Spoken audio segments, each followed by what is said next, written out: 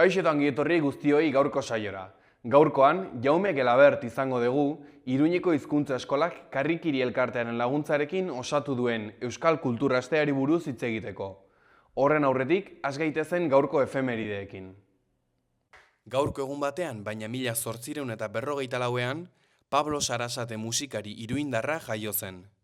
Bere garaiko biolin jotzaile apartenetakoa izan zen, eta doinu birtuoso zein herrikoiak mundu osoko antzoki esanguratsuenetan jo zituen. Baskista, liberala eta homosexuala zen, gorroto zuen Iruñea atzerakoia. Biarritzen hil zen 1908an. 1949ko egun berean, 300.000 tibetarrek Dalai Lamaren jauregia inguratu zuten, Txinako armadak hura atxilotzea saihesteko. Txinako gobernuak dantzaldi batera gonbidatu zuen Lama, baina tranpa bat zelakoan ez zen agertu. Bere herrikideek babestu egin zuten Norbulinka jauregiaren kanpoaldean. Hurrengo urtean, 1960ko martxoaren 10ean, Australiara iritsi zen Euskal Herritik eta Espainiako estatutik Frankok emakumez beteta bidalitako lehen hegazkina. Erregimenak, Eliza Katolikoaren bitartez, tratua egin zuen Australiako gobernuarekin. Lehen tratua gizonezkoen ingurukoa izan zen, Australiara lanera joateko 2 urteko kontratua eskaini zieten. Asko, ordea, itzultzeko eskatzen hasi ziren, eta orduan emakumeak bidaltzen hasi ziren. Emakumezko elizkoien artean Australiara lanera joateko eskaintza zabaldu zuten, baina behin hara joan da egoera oso bestelakoa zen. Lana eginaraztea eta aurretik bidelitako gizonezkoekin ezkonaraztea zen bidaien helburua. 1963 bitartean, 700 emakume inguru bidali zituzten, asko Euskal Herritarrak. Marta Plana deitu zioten operazioari. 26 urtera, 1986an, NATOren aurkako argi itzalaldi masibo eta zaratatsua Hego Euskal Herrian. Hilaren 10ean, 10 minutuz, gaueko 10etatik 10:10 egin zuten deialdia. Ekimenaren parte zen petardo eta koheteak botatzea, kanpaiak jotzea, kazeroladak antolatzea, baita zenbait herritan argiztapen publikoa itzaltzea ere. Ez zen istilua aipagarririk gertatu, salbu eta Oñatin, non herriko argiztapen publikoa itzaltzean Guardia Zibilaren kuartela argirik gabe utzi zuten. Guardiak haserre atera zirenean, pertsona bat atxilotu zuten. NATOren erreferendumaren bezpera zen. Errepasatu dezagun aste honetako agenda.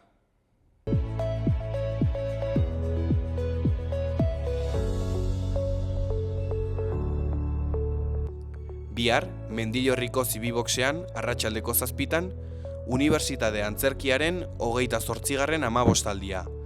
Mutis por el Fororen Bodas de Sangreren moldaketa. Asteazkenean, Kondestableko Zibiboxean egun osoan zehar, musika, eskultura, arkitektura, dena da berbera, Oteizak dixit. Eskuhartze artistikoa Idoia Lehatxeren eskutik, File Minon. Martxoaren 12an, ostegunean, Unibertsitate Antzerkiaren 28. amabostaldia baita ere, Mutis por el Fororen El Ángel de la Musikaren moldaketa, arratsaldeko 7:00 Iturramako Zibiboxean. Azkenik, larunbatean, familia ikuskizun musikala egongo da Iturramako Zibiboxean. Goizeko 12:30 gazteleraz eta arratsaldeko 6:00 euskaraz. Soinuak haizeanen eskutik, emozioetan zehar bidaiatzeko kontzertu txundigarria izeneko ikuskizuna. Orain, gaurko komunikabideen azalak aztertuko ditugu.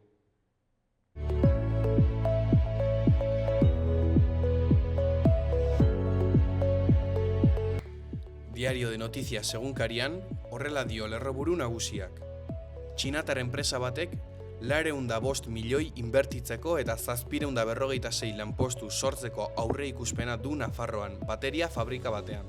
Lehenengo puntuan, Hitiumeko zuzendari nagusiak Pedro Sánchezi eta Nafarroako gobernuari baieztatu zien energia biltegiratzeko sistemarako ekoizpen zentro bat eraikitzeko interesa zuela. Bigarren puntuan, dagoeneko filial bat ezarri du eskualdean eta proiektua epe laburrean gauzatuko litzateke. Argazki nagusian, Pedro Sánchez, Jordi Hereu, Maria Txibite eta Mikel Irujo Jeff Wurekin batera, Hitumen sortzailea, eta Txinako Moncloako ordezkaritzako beste kide batzuekin. Beheko berrian, Trump, gerra ia amaitu da. Iranek ez duela itsas armadarik, ez komunikaziorik eta ez aire indarrik dio, eta ohartarazi du ergelkeriaren bat egiten badu amaituko dela. Eskuineko berrietan, eskari handiko eremuetako alokairu prezioak 70 euro jaitsi dira. Azpian, suizidioak inoizko minimoetara jaitsi dira Nafarroan, baina emakumeen artean gora egin dute. Jarraian, gobernuko bazkideak eskuinaren diru sarrera bermatzeko jakeriaren aurka egiten dute. Azkenik, Osasunak jantzi retroak eramango ditu Betisen aurkako partidan. Diario de Navarra egunkarian, horrela dio lerroburu nagusiak. Hitium enpresa txinatarrak bateria fabrika bat eraikitzeko asmoa du Nafarroan, 757 lanpostu sortuz. Pedro Sánchez eta Maria Txibite bere sortzailearekin bildu ziren atzo. Irudi nagusian, Bardeetako presidenteak, Jose M. Agramontek, azken asteotako euriteen ondorioz jasandako kalteei argazkiak ateratzen dizkie. Honen lerroburua, mehatxatutako ikur bat. Kastil de Tierrako zati baten erorketak Bardenak muinoaren egonkortasuna arriskuan jartzen du. Eskuineko berrietan, diru laguntza berriek entxufagarri diren autoen salmentak areagotzen dituzte. Behean, osasun laguntzaren itxaron zerrendak geldirin jarraitzen du Nafarroan. Azkenik, Trumpek dio Irango gerra ia amaitu dela. Goiko berrietan, Zintruenigoko bizilagunak kalera atera dira jazarpenaren aurka protestatzeko. Bestetik, urrezko domina Italiarentzat sarriguren zigiluarekin. Berria egunkarian, aldiz, honela dio lerroburuak. Trumpek Irango gerra bukatzear dela esan du, eta petrolioa merkatu eginda. Lehenengo puntuan, Brent petrolio upela $120 gora egon zen atzo, eta Trumpen iragarpenaren ostean, $80 jaitsi zen. Burtsek berehala egin zuten gora.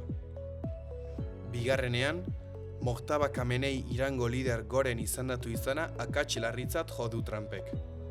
Turkiak esan du Irandik jaurtitako beste misil bat atzeman dutela. Argazki nagusian, udaberria eleberriz loratua dator. Berriak kontsultatutako ia 30 argitaletxeren datuak bilduta, 87 liburu argitaratuko dira, haietariko 34 nobelak, aspaldiko gehien. Beheko berrietan, feministek antolatzera deitu dute M8aren biharamunean. Ondoan, Tubos Reunidoseko 300 bat kaleratzeei eutsi die enpresak. Jarraian, 11 pertsonaren kontrako epaiketa hasi da Bizkaiko probintzia auzitegian. Jarraian, 11 pertsonaren kontrako epaiketa hasi da Bizkaiko probintzia auzitegian eraso hemofoboa egotzita. Azpian, Berria erremonte txapelketa larunbatean hasiko da agur kutsua duela.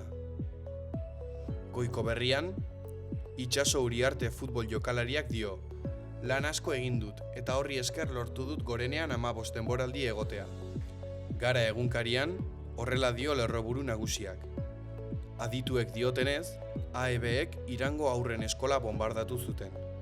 AEB-etako adituek egindako bideo baten analiziak baieztatzen du AEB-ek Minabeko eskola bat misil batekin bombardatu zutela. 180 biktimetatik gehienak neskak ziren. Argazki nagusian, Bijueskak bere trikimailu onena egin du urrea irabazteko. Egunero belaun babesak eta hildoak probatzen dituzten gazteek, egoitz Bijueska aurkitu dute eredu onena. 15 urteko patinatzaile bilbotarrak belauneko lesio baten presioa eta mina gainditu zituen eta Sao Pauloko munduko txapelketan parkeko txapeldun izendatu zuten azken lasterketa ikusgarri bati esker, non Kalani Konik brasildarra gainditu zuen.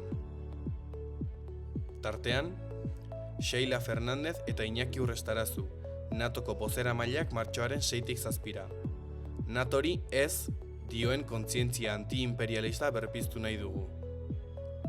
Eskuineko berrietan, EAJ iragan urtetik da abertzale eta euskaldun. Azpian, Tubos Reunidoseko langileak murrizteko planaren kontsulta epea akordiorik gabe amaitu da. Euskal Herria irratiari dagokionez, honela diote berriek. Einaute Lorrieta, ahotsak surfeatu egiten du soken gainean. Einaute Lorrieta kantariak eta Alos Quartet soka laukoteak ahots kordak izeneko emanaldia eskainiko dute Pompelo Zibibox aretoan, martxoaren 20an. Bi elementu simple uztartzen dituzte, ahotsa eta kordak, biolinak, biola eta biolontxeloa. Elorrietaren ibilbide osoa izango du ardatz nagusi kontzertuak, kentzazpitik hasi eta bere bakarkako azken laneraino.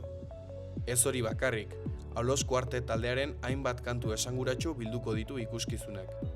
Xabier Zeberio biolinista eta Einaute Lorrieta izan dira Metropoli Forala saioan. Eskuineko berrietan, goian, Begoña Durruti. Mugaren edozein aldetan egonda ere, gerren erdian aurkitu zen nire familia. Begoña Durrutiren Ez da konprenitzen ahal gerra, liburu ilustratuaren inguruko solasaldia antolatu du Karrikirik martxoaren 10ean. Behean, Palestinaren aldeko arte topaketa eta Saharara gurpilak bidaltzeko deialdia, Nafarroako GKE-en eskutik. Gorroto hizkeraren eta desinformazioaren inguruko formakuntza saioak ere antolatu ditu koordinakundeak Nafarroako gobernuarekin lankidetzan. Abendura arte emango dira saioak eta ikastetxe zein zentroek dagoeneko egin dezakete bertan parte hartzeko eskaerak. Etxe bakoitza bakarra da, hipoteka bakoitzak ere halakoa behar luke. Laboral Kutxaren hipoteka erosoa, aukeratu noiz, nola eta zenbat ordaindu. Informazio gehiago laboralkutxa.eusen.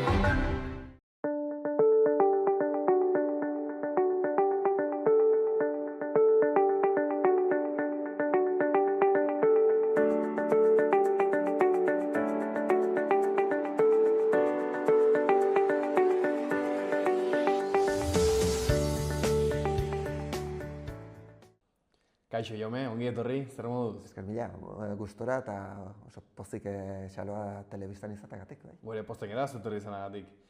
Gaurkoan, etorri zera hizkuntza eskolan antolatu duzuen Euskal Kultura Asteari buruz hitz egitera. Konta iguzu zer den Euskal Kultura Astea? Hizkuntza eskolako Euskara Departamentuak 2 urtetik behin antolatzen duen aste hori, aste hau, jarduera segida hau.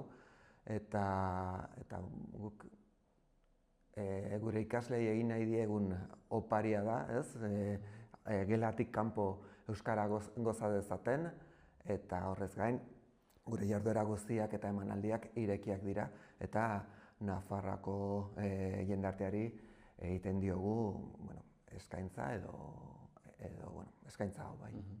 Komendatu dugu, hasi baino lehen, urtea daramazkizu baina noiz hasi zen ekimen hau? Zehatz ezin dizut, esanen nuke 2000 urtearen hasiera, ez banago. Ni 2009an sartu nintzen eskolan eta garai hartako bazuen ibilbide bat, zaina. Eta nola egiten da horrelako ekimen batek, honek eskatzen du antolakuntza bat, lanetik kanpo demagun.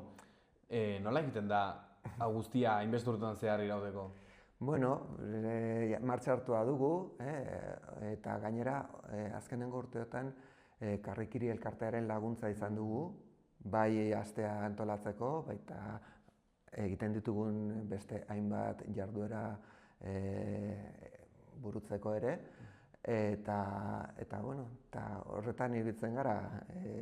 Klaseak prestatu, ematen ditugu, idazlanak zuzentzen ditugu, baina horrez gain, kultura astea eta eskolaz kanpoko jarduera hauek ere prestatzen ditugu. Aipatu duzu 2009tik zaudela bertan, aurreko urteetako ekimenetatik, badauzu momenturen bat horrela bereziki gogoratzen duzuna?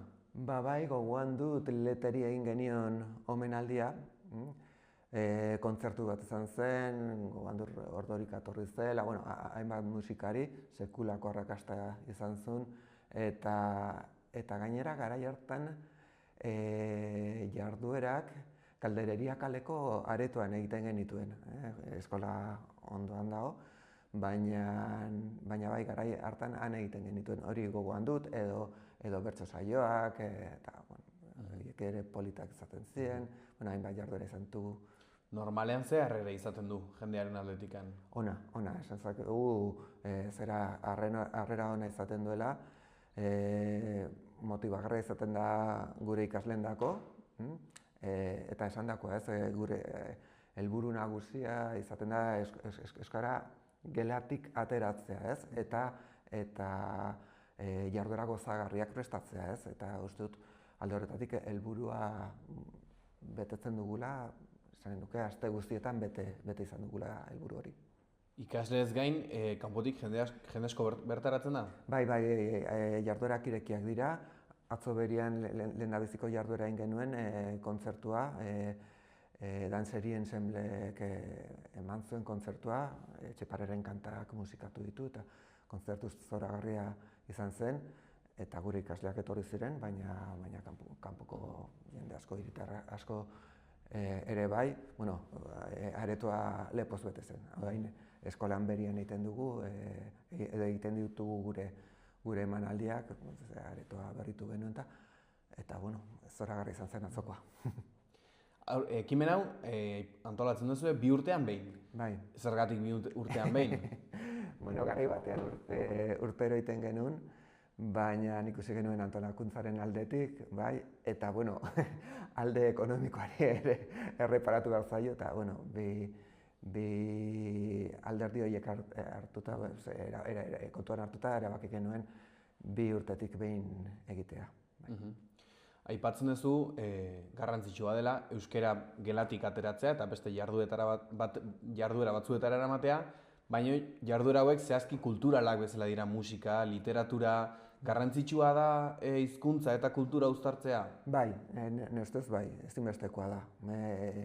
Eta gainera, ni euskaldun berria naiz ez, eta esan ez dut ez, niretzat oso motibagarria izan zela euskal kultura ezagutzea, euskaren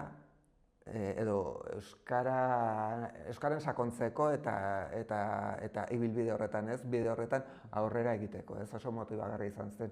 Eta gainera, hainbat kulturak hizkuntza menperatzeko edo ikasteko edo hainbat baliabide ematen ditu, Eta bai, tarteka entzuten dugu kolonbiar batek Kolonbiatik euskara ikasi duela eta gainera 6 hilabetean, eta posible da, ez da? Baina ez da arrunta, ez da ohikoa, ez da? Hori galdetu nahi nizun, posible da hizkuntza bat ikastea kulturaren berririk izan gabe edo kulturarekin kontakturik izan gabe? Sakonean ez, esanen nuke ez. Sakonean esanen nuke hizkuntza sakonean ikastea ezinezkoa dela bertako kultura edo bertako kulturaren berri izan gabe. Eta ze ekarpen egiten diote kulturak edo kasu honetan jarduera kultural hauek ze ekarpen bat egiten diote hizkuntza ikasteari? Lexikoa izan daiteke bat, ez? Baina hizkuntza entzuteak ematen du, ez dakit, hizkuntzaren logikan barneratzeko, ez? Oso lagungarria izaten da, ez? Egituretan, lexikoan, eta hainbat esapidetan, hori hizkuntzaren aldetik, ez? Alderdi linguistikoaz hitz egiten baldin badugu, ez? Eta esan dako, ez? Pizgarri da, gehiago ikasteko, bai. Ikasleentzako zer da aste hau edo nola bizi dute aste hau? Guk oparia egiten diegu eta beraiek opariaren jasaleak dira, ez? Eta ongi hartzen dute, ez? Batzutan ematen du, gelatik kanpo egiten dugunak ez duela balio euskara ikasteko, ez? Ariketarik edo entzumen ariketarik egiten ez badugu, ez dakit, edo azalpen gramatikal bat egiten ez badugu, ez? Baina hizkuntzak erabili behar dira, entzun behar dira, barneratu behar da hizkuntzetan, eta gozatu behar dira batez ere, ez? Horregatik alderdi ludikoari erreparatzen diogu, eta hori da, ikaslei egiten dugun ekarpena, eta horrela jasotzen dute gure ikasleek, ez? Nik uste dut batzutan ikasleek zuk bezala esaten dutela horrelako ekimenek edo laguntzen dutela ikasten, baina badira beste ikasle batzuk esaten dutenak beraiek teoriaren bitartez ikasten dutela, eta kasu horietan zuk zer erantzuten diazu? Hori zera euskara gelatik atera gabe, edo euskara edo zein hizkuntza, ez? Ezinezkoa dela hizkuntza hori ikastea, ez? Eta orduan, benetan euskara gure kasuan ikasi nahi baldin badute, ezinbesteko dutela bertako kultura, euskal kultura ezagutzea, ez? Ezinbestekoa baita aurrera egiteko euskara ikasteko bide horretan, bai. Atzo hasi zen astea, eta dagoeneko lehenengo ekitaldia atzo izan zenuten, Danserien Ensemblearen kontzertua. Zergatik aukeratu duzue kontzertu hori? Begira, aste honetan nola edo musika sartu nahi genuen gure astean, ezta? Ikusi baitugu gure gabezia zela, ez? Gure hitzaldiak eta aurkezpenak eta bar, goi mailakoak ziren, ez? Eta goi mailakoak esan nahi dut hizkuntzaren aldetik, ez? Eta oinarrizko mailetako ikasleendako zai xamarrak, zerbait ulertzeko edo gustora aritzeko, ez? Eta pentsatu genuen, kontxo musika jartzen baldin badugu, nahiz eta euskara ez menperatu, gozatu daiteke olako emanaldi bat berdin-berdin. Eta gero eskolako ikasle batek Danseri Ensemblen jotzen du. Gugana etorri zen, bere taldearen aurkezpena egin zigun, gainera beraiek Etxepareren poemak musikatu dituzte, primerako, ez? Ezin hobea gure asterako. Eta horregatik harremanetan jarri ginen beraiekin, beraien jarrera primerako izan da, ez? Eta holan erabaki genuen kontzertuarena, bai. Justo galdetu behar nizun pixka bat, musika Dansserien Ensemblea edo Bernat Etxeperen poemak musikatzea agian ez da gauza bat oso modan dagoena, baina aldi berean bada zerbait euskal hizkuntzarekin eta kulturarekin esan nahi handia duena, ezta? Bai, lotura handia gure euskal kulturarekin, gainera Koldo Azkona zera ensembleko kide da, ez? Eta atzo goizian eskolara etorri zen eta Etxepareri buruzko hitzaldi bat eman zigun ikerketan ibili delakoz eta kontu berezi eta harrigarri batzuk bilatu ditu ikerketa horretan, txutxumutxu batzuk baita ere. Eta hori izan zen gure ikaslei eman genion pista bat, ez? Eta gero, kontzertuan musika entzun genuen, azalpentxo batzuk ere egin zituen kanten artean. Eta gure asterako bikaina, eta ikusi genuen bertaratu ziren lagunek gozatu zutela eta beraien iritzia oso positiboa izan da, bai. Atzo zu bertan izan zinen? Bai. Zer musika mota egiten dute? Ez da roka. Ez da black metala, ez da heavy metala, ez? Zera garai hartako musika, gainera garai hartako musika tresnak erabiltzen dituzte, eta ikasle batzuk esan zieten, niri roka gustatzen zait, ez dakit zer, baina, kontxo, gozatu dut honetan, zeinen ongi jotzen duten, zeinen ongi abeslariak ere etorri ziren, poemak abesteko zinbesteko zen, bai? Eta, primeran pasatu zuten ikaslek, nahiz eta musika mota horren zale ez izan. Gaur, ze ekitaldi daukagu?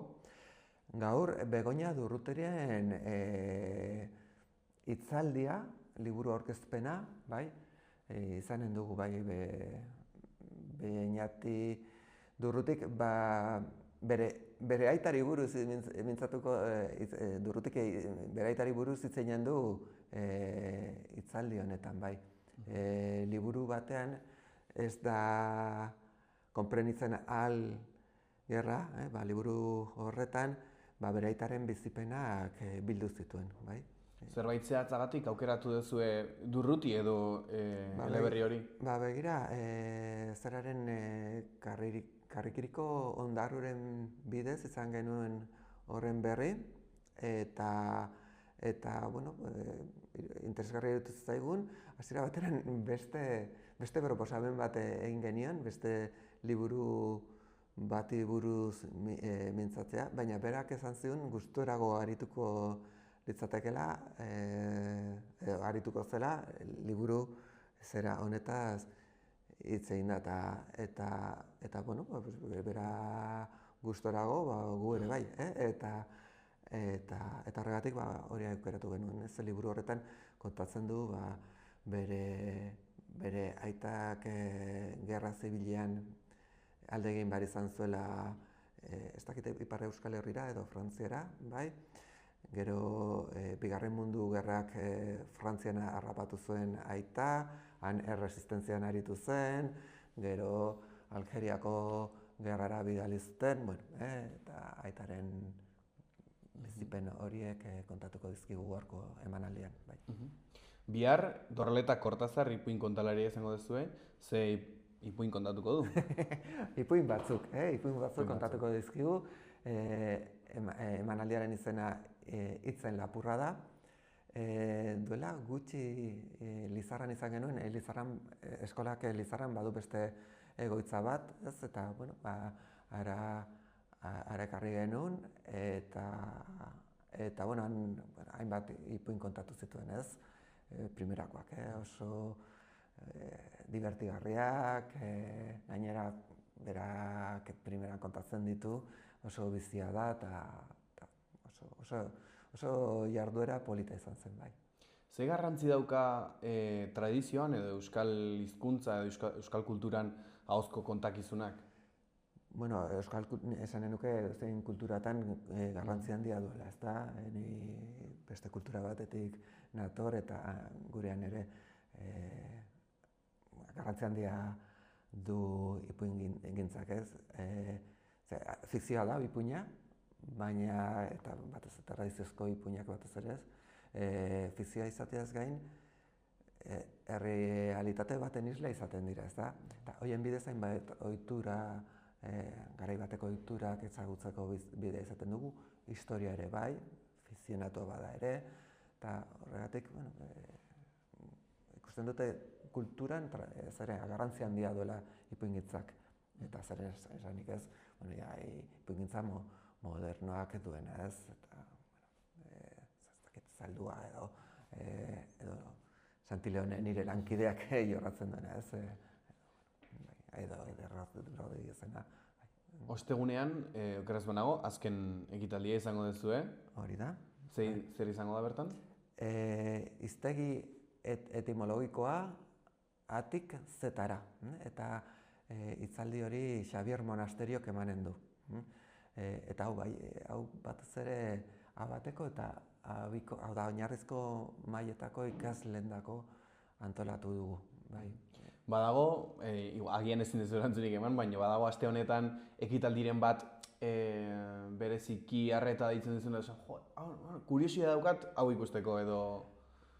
Guztiak, atzoko kontzertua ikusteko eta gozatzeko gogo handia nuen, gainerako emanaldiak bai. Hori alde batetik eta monasterioarena ere bai. Claro,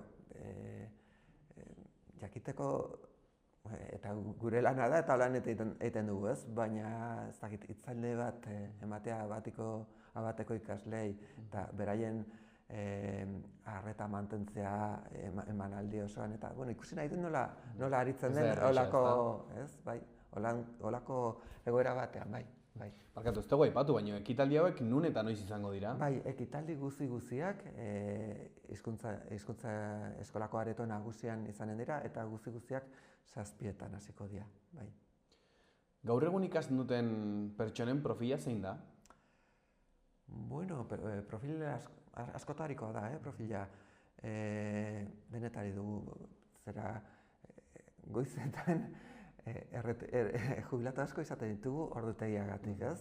Baina, eta horrez gain, gainerako jendea ere bai, baina jendako oso egutegi, ez era ordutegi egokia da goizekoa, bai? Baina denetari da dugu emakumezkoak, nire taldeetan behinik behin emakumezkoak gehiago izaten dira gizonezkoak baino, gazteak, pixka denetarik batzuk lanagatik titularen bila etortzen dira, ez? Titularen premia dutelakoz lanagatik, oposizioak dira, eta jende asko gugana etortzen da, euskara ikastera ikasi nahi dutelakoz. Eta, bateragarriak dira, ez? Titulua nahi izatea eta euskara maitatzea eta ikasteko gogoa eta grina izatea. Azken urteetan, ikasle motan egon da aldaketaren bat, ezakit, heldu gehiago, gazte gehiago, bertakoak euskara ezakitenak, kanpoko jendea... Kanpoko jende asko tortzen da, bai? Kanpoko jende asko tortzen da, bai, estatuan sortutako jendea, baita, beste herrialde batzuetakoa ere, armeniarrak izan ditut, indonesiakoak, Bartzelonakoak eta Sevillakoak eta Ciudad Realekoak bai, baina argentinar asko etorri izan dira, bai. Imaginatzen dut, 11 motibo daudela euskara ikasteko, baina badago zerbait eramaten zaituen euskara ikastera, zerbait nagusia? Hori oso kontu pertsonala da, ez? Lehen erretiratu ez hitz egin dut eta horietako askok esaten digute, bilobekin euskaraz egin nahi dutela, hori beraien helburua da, ez? Norberak bere helburua jartzen du, ez? Eta, batzuk ze bat titula adibidez atera nahi dute, lanerako, beste batzuk ze bat titulua atera nahi dute, baina ez lanerako, ez dakit bere burua jartzen dioten erronka delakoz, ez? Eta nire ze bateko ikasle askok esaten dute, ez dela azterketa egiteko asmorik, eta euskara ikastera etortzen dira eta gozatzera. Baina azkenengo bi urte, pasaren urtean hasi ginen, pasaren urtean C2 maila ematen hasi ginen, iaz C2 bat eman genuen, eta horri jarrera eman diogu, eta C2 eta C2 zertifikatiboa da, titulatera daiteke. Baina, C2 etortzen dien ikasle askok esaten dute, bere garaian edo C bat titulua atera zutela, baina euskara ikasten jarraitu nahi dutela, ez? Eta hau bide bat da, ez? Edo beren euskara freskatzeko, ez? Titula atera ondoren, horretako ere oso maila egokia da, ez? Eta gero norberak ikusiko du, saiatu nahi duen titula lortzen edo ez, edo... Ikasleen arabera, zein da gaur egun daukaten zailtasun handiena euskara ikasteko? Askok esaten digute ez dutela inguru euskaldunik. Lehen aipatu dugu, ez? Euskara gelatik kanpo atera behar dela, ez? Eta hasierako mailetan, batez ere, ikasleak askok esaten digute, batzuk esaten digute ez dutela hori inguru euskaldunik eta zaila egiten zaiela eskolan ikasitakoa edo ikusitakoa gero praktikan jartzea gelatik kanpo, bai? Hori zailtasun bada. Pixka bat, ekitarietara itzulita, zuentzako irakasle bezala eta antolatzaile bezala, zer sentiarazten dizue ekitaldiak martxan doazela ikusteak, ikasleak bertara doazela eta gainera pozik ateratzen direla? Gutako hori pizgarria da, oso motibagarria da ikustea ikasleak eta kanpotik etortzen den jendia, baina gure ikasleak batez ere pozik ateratzen diela. Esaten digutenean, hasierako mailakoek esaten digutenean, ostra, hau, ulertu dut, ez dakit zertan esaten dugu. Zerbait ongi egin dugu, ez? Eta guretzat oso motibagarria izaten da, ez? Lana bai, baina lanari etekina ateratzen diogunean, hori primerakoa da, ez? Pixkanaka bukatzen joango gara. Parte hartzeko, imaginatzen dut ikasleek dagoeneko badakitela nora jumar diren eta noiz jumar diren, kanpokoentzako zerbait egin behar da ikuskizunetara joteko edo besterik gabe? Bertaratu besterik gabe, zazpiak baino lehentxeago iritsi, eta sartu eta tokiri baldin badago, eseri eta gozatu. Eta zergatik jun behar gera, bertara? Oso kalitate handiko emanaldiak prestatu ditugulako, ez? Eta aukera bat delako, euskal kulturaz gozatzeko, ez? Eta input hori izateko, ez? Euskaraz gure jarduera guztiak euskaraz izaten dira, euskal kulturaren ingurukoak eta aukera, esan nuke, aukera paregabea dela, hori euskal kultura bertan Iruñean edo horren berri izateko eta gozatzeko bai. Mila esker, Jaume, etortzeagatik gurera, animalanarekin. Mila esker zuei gonbidatzeagatik. Ez dakit bukatu baino lehen beste zerbait aipatu nahi duzun edo... Ikusle guztiak gonbidatuik daudela gure emanaldietara etortzera, baita gure eskolan. Astea, baina oraindik 3 ekitaldi gelditzen dira, así que tartea badago. Mila esker, Jaume. Mila esker zuei. Etxe bakoitza bakarra da, hipoteka bakoitzak ere halakoa behar luke. Laboral Kutxaren hipoteka erosoa, aukeratu noiz, nola eta zenbat ordaindu. Informazio gehiago laboralkutxa.eusen.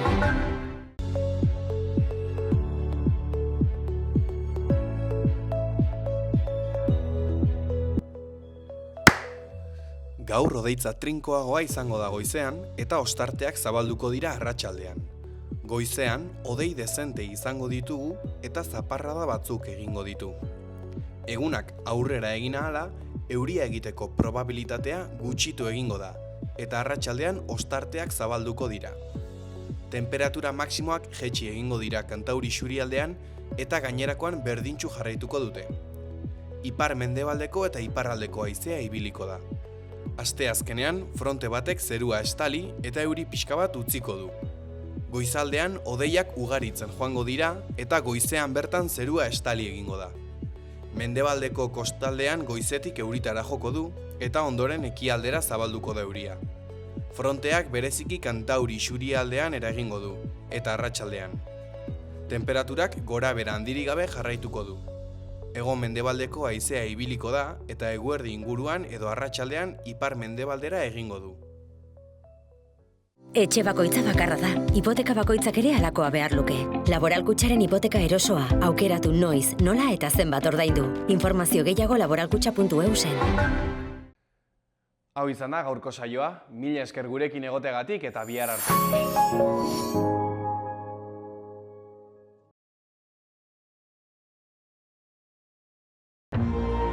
Gobierno de Navarra. Nafarroako gobernua.